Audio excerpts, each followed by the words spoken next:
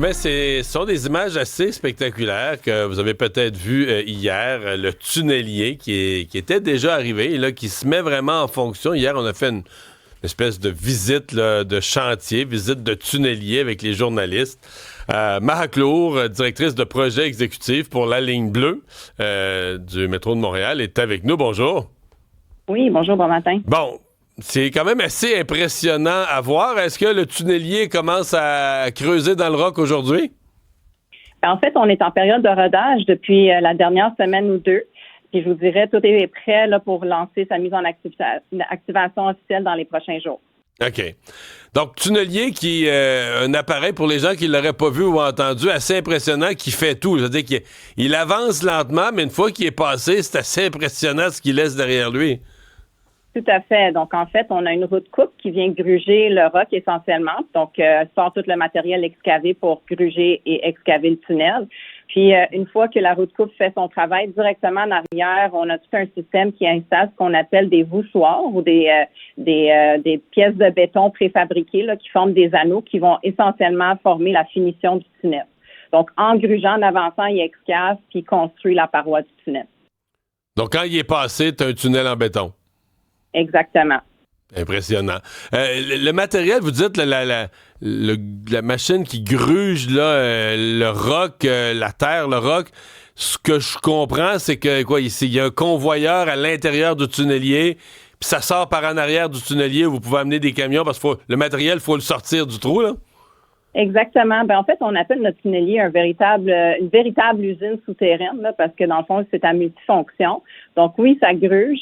Puis au fur et à mesure que ça avance, ça installe les parois de tunnel, puis ça sort par l'aide de convoyeurs tout le matériel excavé qui est ramené vers la future station Vertière qui est sur le coin du boulevard Pineuf et Jean Talon Est, où là, on a un très grand bac à déblai qui est protégé par un bâtiment industriel qui est à l'abri du bruit puis de la pollution sonore et visuelle.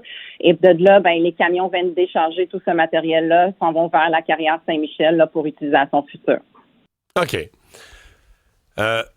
Parlons de délai, là, parce que bon, le tunnelier avance pas vite. Il fait combien? Il va faire à peu près dans vos estimés, là, oublions les bris ou les défauts, mais quand il va bien fonctionner, combien de mètres par jour qui fait qu'on fait dans quel délai là, on va faire toute la distance à parcourir pour la ligne bleue? Oui, donc il part de la future station Vertière pour se rendre à la future station Anjou, à peu près 4,6 km à parcourir. On parle en moyenne d'une vitesse de 10 à 15 mètres par jour.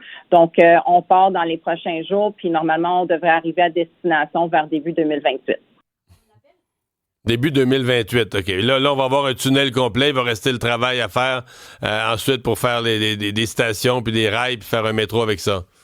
Exactement. Donc, en parallèle, on a une année charnière dans le cadre du projet. Là, on part en appel d'offres. Il y a certains appels d'offres qui sont déjà partis, d'autres qui s'en viennent pour la construction des futures stations. Donc, une fois que le tunnelier a passé ou a franchi une des stations, on mobilise le prochain entrepreneur pour pouvoir bâtir en tant que tel. OK, donc vous n'avez pas besoin d'attendre que tout le tunnel soit fait. Dès qu'il est passé le point d'une station, on peut commencer à travailler cette station-là. Exactement. Donc, au cours des prochains mois, là, on va commencer à voir s'installer par séquence là, différents entrepreneurs là, en partant de Pineuf vers Anjou là, pour commencer là, les travaux associés à chacune des stations. On l'appelle la machine Lisette. Parce que c'est la première opératrice de métro de Montréal. Pourquoi c'est important de la renommer ainsi? En fait, c'est une tradition dans le monde des grands projets d'infrastructure. Là, c'est une tradition de baptiser le tunnelier. En fait, le tunnelier, la machine est mise sous la protection d'une marraine. Et puis, nous, on croyait bon d'amener un certain sens au processus en impliquant la communauté qui bénéficiera du projet. Alors, il y a eu tout un processus de sélection de noms avec l'aide d'un jury. Et puis, ça a été mis au vote. On a eu un taux de participation exceptionnel. Près de 9000 personnes ont voté. Et puis, c'est notre chère Lisette qui a été retenue comme marraine du tunnelier. Dame de 82 ans. Oui, maintenant, qui était là, d'ailleurs, qui est allé hier. Est-ce que, comment dire, parce que souvent, les appareils, là, je te l'ai dit, mon exemple est boiteux, mais tu sais, sur une ferme, on a une moissonneuse, batteuse, ça fait beaucoup de choses. Tu as le système moteur, tu as le système de traitement des grains, tu as le système de coupe en avant. Puis on dit, comme il y a beaucoup de systèmes, ça a plus tendance à briser. Là. Plus tu as des systèmes complexes et imbriqués les uns dans les autres, plus tu as de danger de bris. Est-ce que c'est le cas? Tu sais, j'imagine le tunnelier, tu as la structure en avant, là, la roue qui gratte, qui casse du roc, tu as le convoyeur, tu as les systèmes d'installation. Est-ce que traditionnellement, quand ça a été utilisé dans d'autres pays, c'est des systèmes qui ont tendance à être souvent brisés, souvent à l'arrêt? En fait, c'est des systèmes assez ingénieux, puis on a toute une expertise autour de ça. Il faut retenir que la machine, normalement, roule, on dit 24 heures sur 24, mais dans les faits, c'est 20 heures sur 24. Donc, chaque nuit, il y a une petite fenêtre de 4 heures réservée pour sa maintenance.